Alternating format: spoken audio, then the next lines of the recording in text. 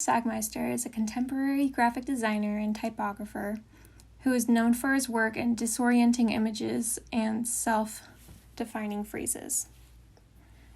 So, Sagmeister was born and raised in Australia. It's interesting because at a young age he took interest in engineering, but then switched to designing.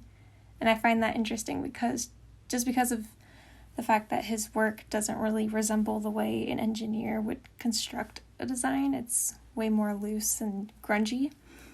But anyways, he started designing at age 15. He worked for a magazine company called Alforn, where he would write and design for them. He decided to pursue a life in graphic design. He applied to study at the University of Arts in Vienna. He applied twice, but it was only on the second try that he got accepted. And then soon after, he received a Fulbright scholarship for Pratt Institute located in New York, so he moved to New York. During Sagmeister's years as a student in New York, Sagmeister came across the designer of the company Co., Tipper Kalman. Sagmeister claimed that he would call him every week for half a year until Kalman finally agreed to see him for an interview. There's this quote that I found that Sagmeister said about Kalman that states, "Tipper Kalman was the single most influential person in my designing life and my one and only design hero." So that just gives you a little bit of insight on how much influence Kalman had in Sagmeister's design tastes. Sagmeister was actually hired there 5 years later in the year 1993. Kalman really encouraged Sagmeister to explore his creativity, which helped him when he was trying to start his own design career. Soon after being hired, Co. moved locations to Rome to help edit Colors magazine, and Sagmeister decided to stay behind to pursue his career there in New York. It was within the same year, 1993, that Stefan founded his own specialized studio called Sagmeister Incorporated. Stefan had a passion for designing music graphics. He claimed that came from the fact that he used to be in bands when he was younger. He loved the idea of visually representing what music sounds like, and so he really had a passion for designing album covers. At first, no one wanted to hire him to design. It wasn't until a friend of his who's in a band asked for a design that people really started to notice him. CDs became super popular, but it was considered a low form of art. However, during the 1990s, Stefan made a name of himself in designing music packages and CD covers. He designed for artists like Lou Reed, Rolling Stones, Jay-Z, and Byron and Eno. He designed unique artworks based on the artist personas, thinking of new, innovative ways to express what the music's all about and what the artist is all about. And it is because of those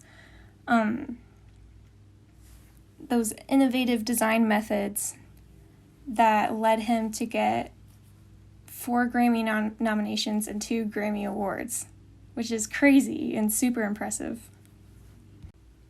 One of Sagmeister's most well-known album cover design is the one he did for Lou Reed. The writing on Lou Reed's face was actually taken by one of his songs, Set the Twilight Reeling, hence the title of the design. It was styled to look as if the lyrics were physically written or tattooed onto his face. This design was actually influenced by psychedelic artwork, and you can tell that by the way that the letters curve to match Lou Reed's face, as if to mimic that it's actually on there. Sagmeister described Lou Reed as a dark prince, but the album cover itself was very personal to the artist. Sagmeister decided to use hand lettering to let the viewer know that a machine did not make this, and to build a connection on a more human level, which is what Sagmeister was always aiming to do, to create a more human design that like connects with people and shows emotion.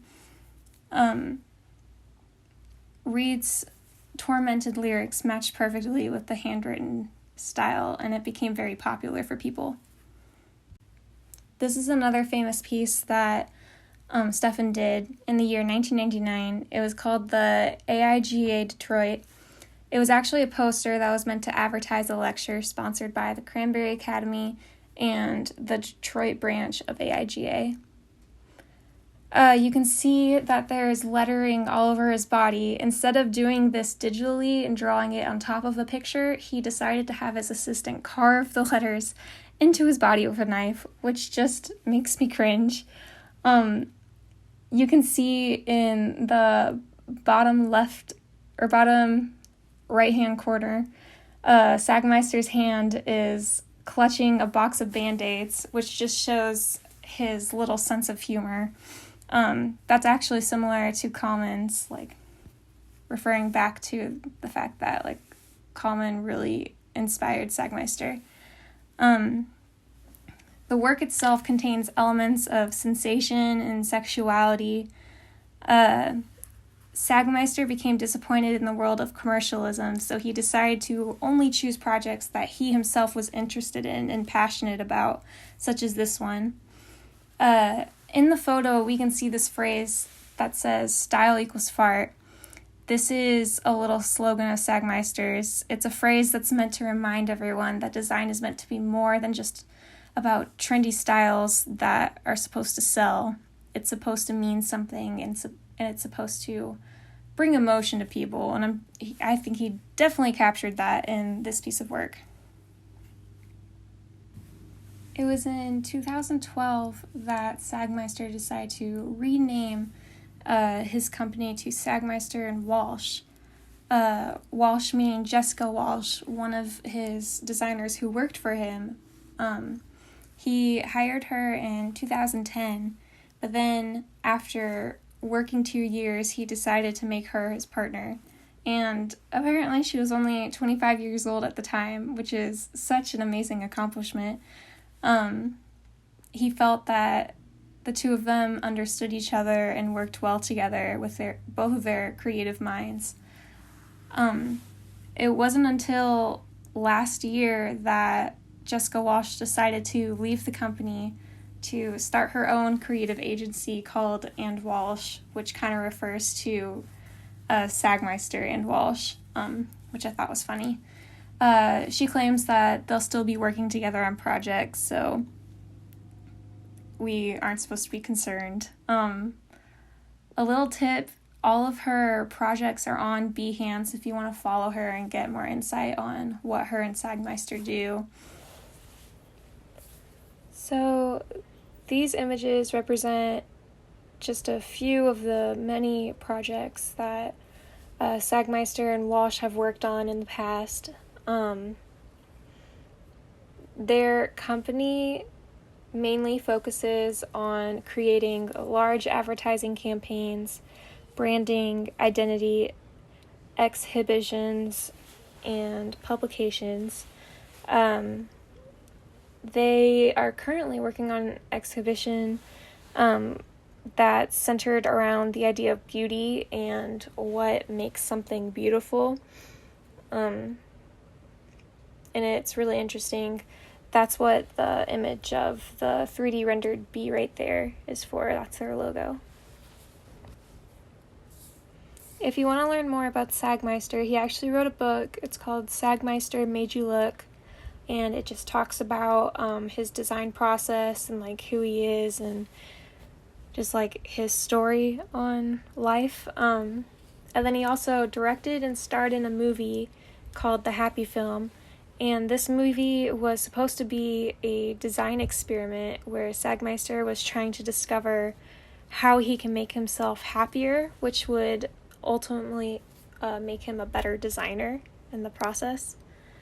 The trailer for it was very interesting when I was looking it up.